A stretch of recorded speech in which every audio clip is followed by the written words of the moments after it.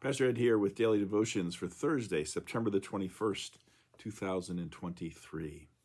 Our reading today is from the book of Ruth. You may recall that I did a sermon series, not this past summer, but the summer prior on the book of Ruth.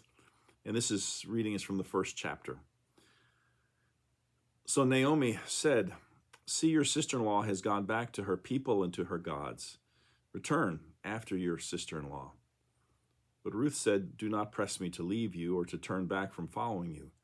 Where you go, I will go. Where you lodge, I will lodge. Your people shall be my people, and your God my God. Where you die, I will die. And there will I be buried. May the Lord do thus and so to me, and more as well, if even death parts me from you." And when Naomi saw that she was determined to go with her, she said no more. I was once at the mall, at the food court, having some lunch. And a kid over in the video arcade right next to it caught my attention. You see, he was playing this game where he was hopping around on a pad that had these flashing colors. It appeared as though his feet were responding to the light, stepping on them every time they flashed. Only his eyes were focused straight ahead the whole time with this intense look of concentration on his face. And so I assumed that the pattern that he was trying to follow was also being displayed on the screen in front of him.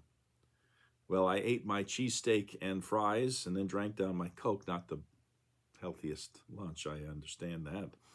And when I was finished, this teenager was still there hopping around.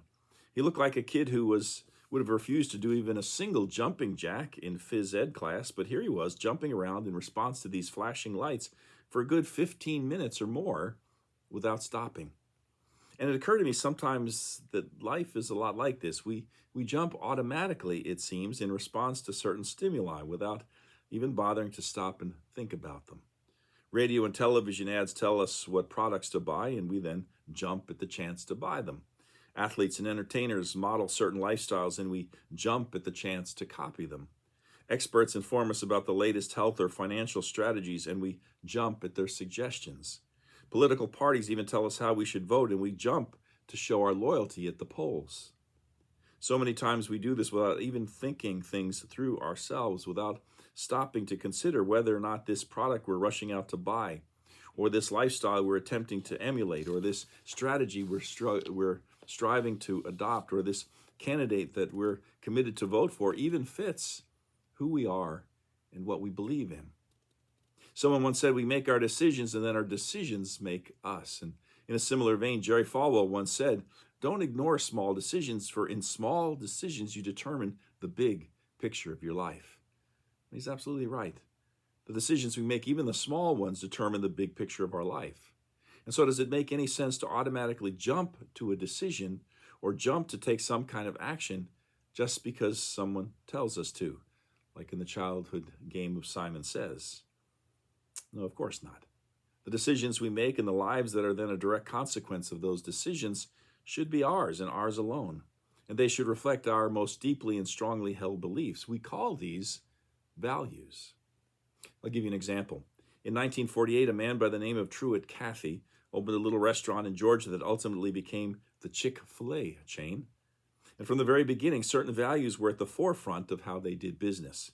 Their corporate mission statement, in fact, says that they exist to glorify God by being a faithful steward of all that is entrusted to us and to have a positive influence on all who come in contact with Chick-fil-A.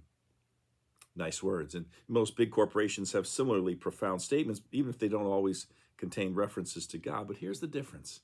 Chick-fil-A actually lives out that mission statement and its core values.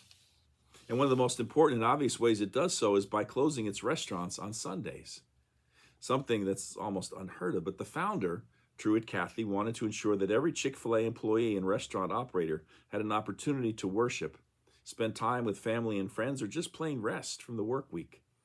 As their company website observes, made sense then, still makes sense now. Sounds impressive, doesn't it? But what's even more impressive about this company policy is the realization that over the past years, they have 5 decades more, they probably lost millions and millions of dollars by not being open on Sundays when so many people go out to eat. And even more impressive yet is the fact when Chick-fil-A restaurants are located in malls, they actually have to pay monetary fines, which are part of a typical mall lease, for not being open on Sundays. And so they not only lose business, but they're even willing to pay fines for the privilege. That's what I mean about having values and then living them out. Probably every other major restaurant chain stays open on Sundays. Chick-fil-A could too, and no one would think less of them for it, but their values are more important to them than copying what everyone else is doing, even if it loses them money. Life key number 5 says, seek the values that strike the right chord with God. And up until now, we've been looking at these life keys that are a direct gift from God. We talked about life gifts and spiritual gifts and most recently personality type. But today our focus shifts to those life keys that we have some control over. And among the first things we have some say in are those values that we choose to build our lives upon. The reading today speaks to the theme of values. Ruth was a Moabite woman of the Old Testament. She and her sister-in-law Orpah had married into a family of foreigners from the land of Judah. This family had settled in Moab in order to escape a famine in their homeland. But sadly, the two brothers who Ruth and Orpah had married died young. Their mother-in-law, Naomi, had no more sons for them to marry, and so she wanted to release them to return home to their own families. After losing her own husband as well as her 2 sons, Naomi was now returning to Judah, having heard that the famine there was finally over. But both Ruth and Orpah begged to stay with her. And when she reminded them that their chance of getting remarried were slim if they stayed with her, Orpah finally, reluctantly, agreed to go home. But Ruth refused to leave Naomi, and in our reading, she stated her intentions.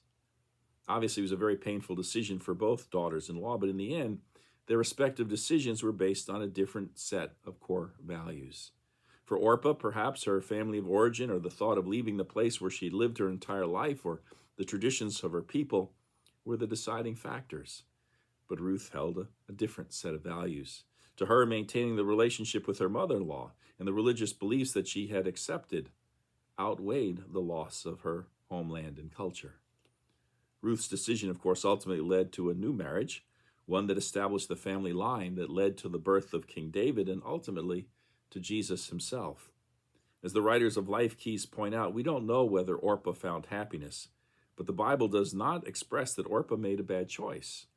Ruth and Orpah's values were simply different, bringing them to choose different futures. Values. Well, we'll continue this conversation tomorrow. Until then, take care. Have a great day. Bye.